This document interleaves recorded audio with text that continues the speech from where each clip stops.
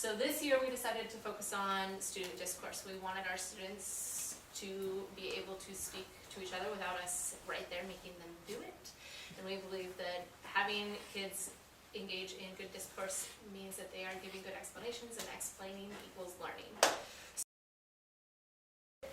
Our main problem was that all students were participating. Most students. And then, oh yeah, you guys, I'm salty.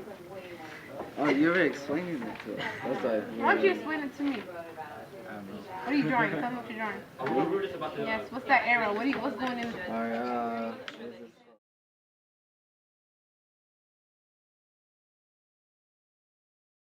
Alright, Let's talk about the preparation for and thinking about the AB talk for African Campus. Sure. I think that it really came from the teachers, because they were talking about wanting to get students more from the how to the why, and they were also wanting ways to capture that and to see that. And so one of the ideas that came up was the idea of having talk, and then from that kind of build more into thinking about structured talk and what would that look like. And then we had met together with another ELL specialist from the UW, and to really kind of talk through and use maybe some things or tools that were already in existence. And we knew in math they were already doing with the TDG work. They were already doing some group around this AB dyads.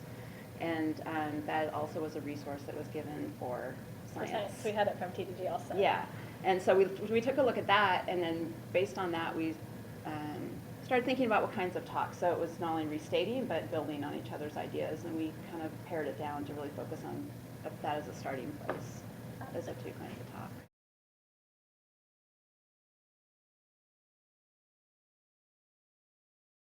And that, what you're talking about thinking about these spectra and which one is best, I want us to think and talk really specifically. And I know usually I just tell you guys to talk to each other, but today we're gonna do something a little bit different.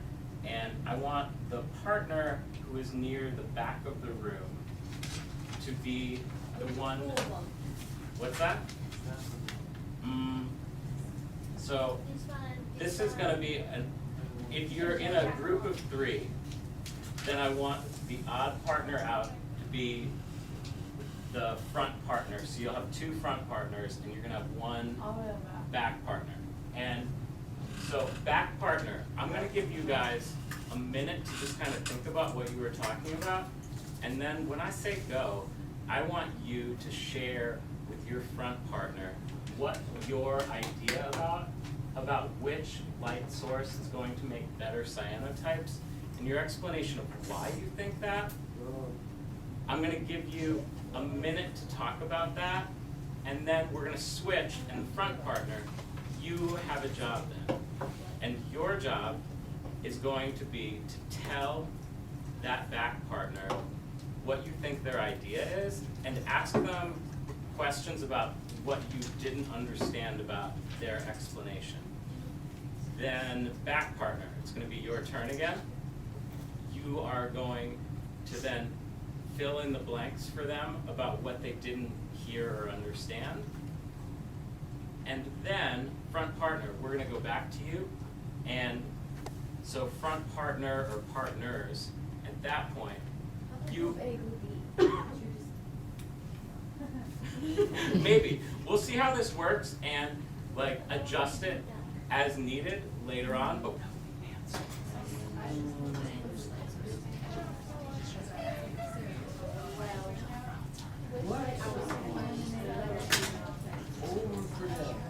all right, that was 1 minute. Back partners. Explain your idea to the front partners. Take a minute or so to do this. Go. You know how UV actually develops? In one area. So you're the back partner. What did you tell the son? Wait, you are going to explain to your idea. Okay. Now, everyone, hold on. Let's get a 5, 4, 3, 2, 1. Hold on. All right, quiet, and let's pause the talk. All right, so back partner explained an idea. Now front partners, I want you to try to explain back what you just heard and ask any questions that you have. So try to tell that back partner what you just heard. Go. Okay, so pretty much what you said was the best way to develop it. Mainly because it shines throughout the entire spectrum. Yes. So what that makes me think is that all three different like this is the infrared are a big contribution to developing the light or the image. But when you think about like developing actual like photos, like back in the days, if we had like any light, any visible light, it's the true image. But with this visible light, infrared, NC, like we can expose the images to invisible light and we can do it instantly.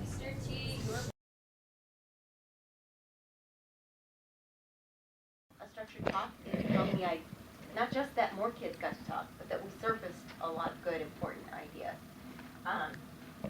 So how much of that happened here? So what kind of productive talk was it? And then we can talk about the equity of the talk. And then I want to walk through and compare. We didn't do this last time, but we usually make a chart where we do a what, how, why, and put some dots on it, and just say, where were the kids mostly reasoning? And I figure it might help. But he also said one thing that he didn't share very loudly to David, but he ended up writing it down, which is that that the more light it gets, the more it'll heat up the stuff and cause the chemicals, heat up the chemicals and cause them to change. And during the studio day, we actually kind of did a little experiment to see Right. how it worked, and we found when we looked at the student data from that we actually could see a difference between using the structured talk and not using structured talk. Mm-hmm. Yeah, and I think that was really powerful at that point. And then I think after that, teachers became really interested in like, how do we do that in the classroom? What kinds of sentence frames might we need? And what kind of language do we want to hear? And it really went back to the content. Like they really wanted to see students getting from, what, how to the why. And this was a way for them to do that formative assessment.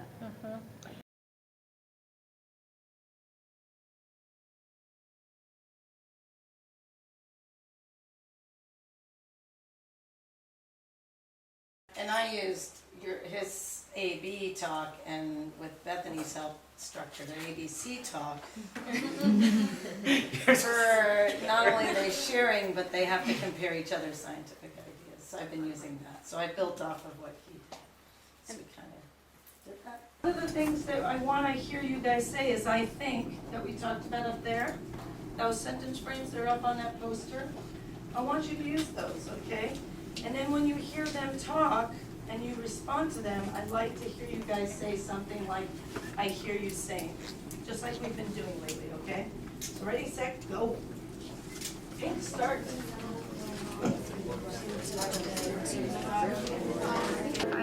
Needs water though, right? I watch out too close to the water. Like, that's what we have. Water is down there. Like the hurricane. Because there's water in there. I don't know. That's just what I think. So Bree should be responding. I am responding. Respond now. Okay. So that snow will never get. So we're not like, we don't have a climate for it. Hurricanes mostly happen in places that are not just near water or mostly like dry land. Just research is going on. Because there's too much water in the air, I would think, for the hurricanes. I think, doesn't hurricanes like dry areas? All right, wrap up your conversation. Okay, so let's see what people think. During the debrief of the first period during the studio day, the teacher's observation data showed that all students were engaged in discourse during structured talk. However, our data showed that several students were talking at the what level. we decided to provide more visual materials at their tables to support their discourse. We found that during the second period observed, more students were engaged in asking questions and reasoning between the how and the why level of explanation. We inferred that the instructional shift to providing materials at their tables as a basis for discussion supported the shift to a higher cognitive involvement during the discourse. The dots on the diagram represent students from first period. The post-it notes represent students from second period. Cool was that it wasn't just, let's try this discourse strategy, or Right. let's just see how we could support EL students, but it was how could we weave all of these things together? The content, the discourse strategy, and supporting ELs in particular. Right, and I think the other thing that kind of came out of that is thinking about, teachers were already thinking about pairing and group work and things like that, but really thinking about more intentional pairing. I think, and thinking about, like we talked about, those frames, and also thinking about what other ways, because as they noticed it, and we're starting to collect data on student talk with the PDSA cycle, it kind of was that next piece of like, now what's next? Yeah. What more can we see? And I think that I'm excited to see where it goes, because that's a practice that there's so much that can be done with it for student engagement and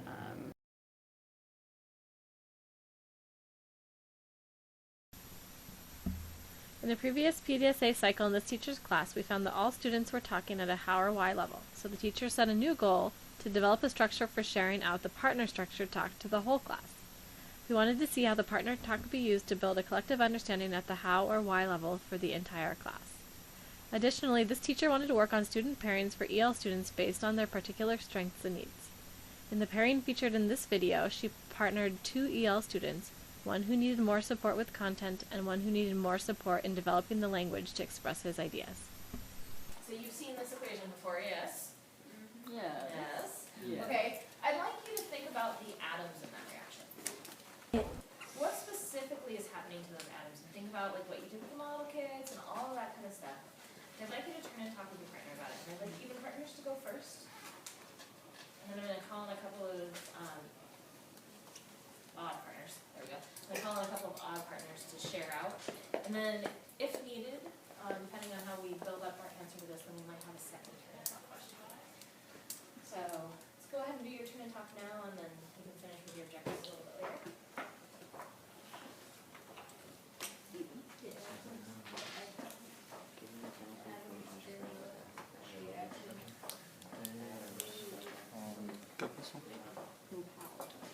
The molecule H2O that's formed the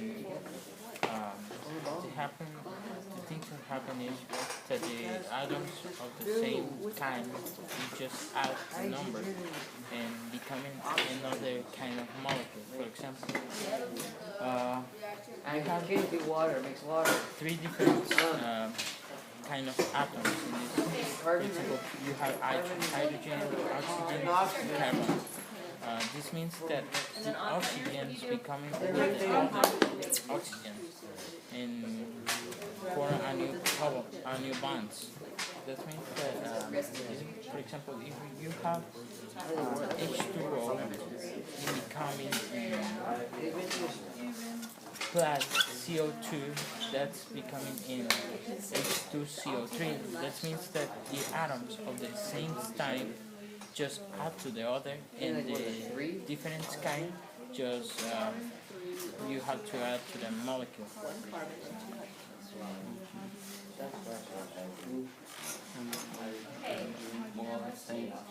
I agree. I'm getting science. Because the atoms broke up, creating a new bond, and became H2CO3.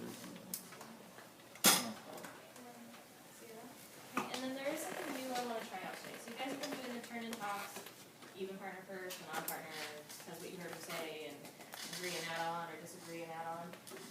I'd like to think about now when we do share outs, how we respond to each other in share outs. Because you guys are really good about responding to each other in the individual, like the little partner work. But I want to make sure that we're actually listening to everything that's happening in the share out as well. And so what I'd like you to think about is I'm going to have one group share first. And I want you to be thinking about what you can add on to their idea, just like what you do with your partner. So based on what you and your table partner talked about, what can you either agree and add on to the person who shared before you, or somebody who's shared 2 people before you, or whatever? Or how can you disagree with their idea respectfully and add on your thinking to it?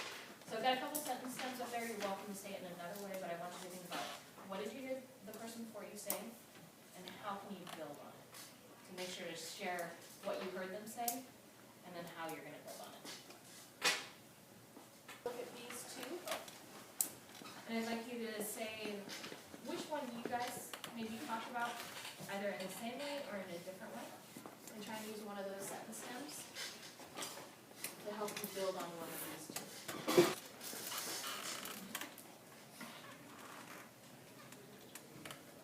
So we have San Luis Dia as Jack and Esteban. Okay. When they said When what? it said they form a new molecule, H2CO3, because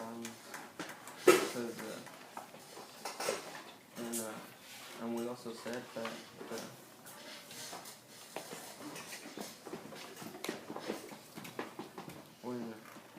when they come together, they break apart and create new bonds. That's how they make up a new molecule. Okay, so you said similar but in a different way. So you said when they come together, they break up. And the they here is that, do you mean the atoms, the bonds, the molecules? What's breaking up? Because You said bond? but Both what? molecule and the bond, because for creating space for the new atoms that is going to be in the molecule, they have to, for example, in the CO2, they have double bonds in each atom. That means that they have to separate one bond of each atom to the other atom of O, that is oxygen of the H2O, had to combine it, and this means that they had to create a new space.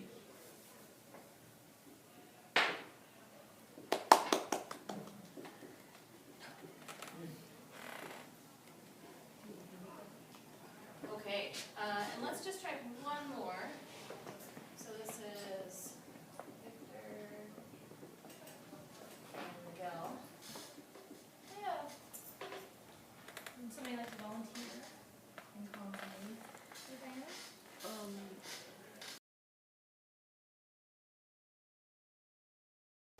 I would add one thing for the language learning piece of it too, is that when we started talking about that what, how, and why, it really did make us think about the discourse and the types of language we wanted kids to be using and the complexity of it and how that really did increase over time.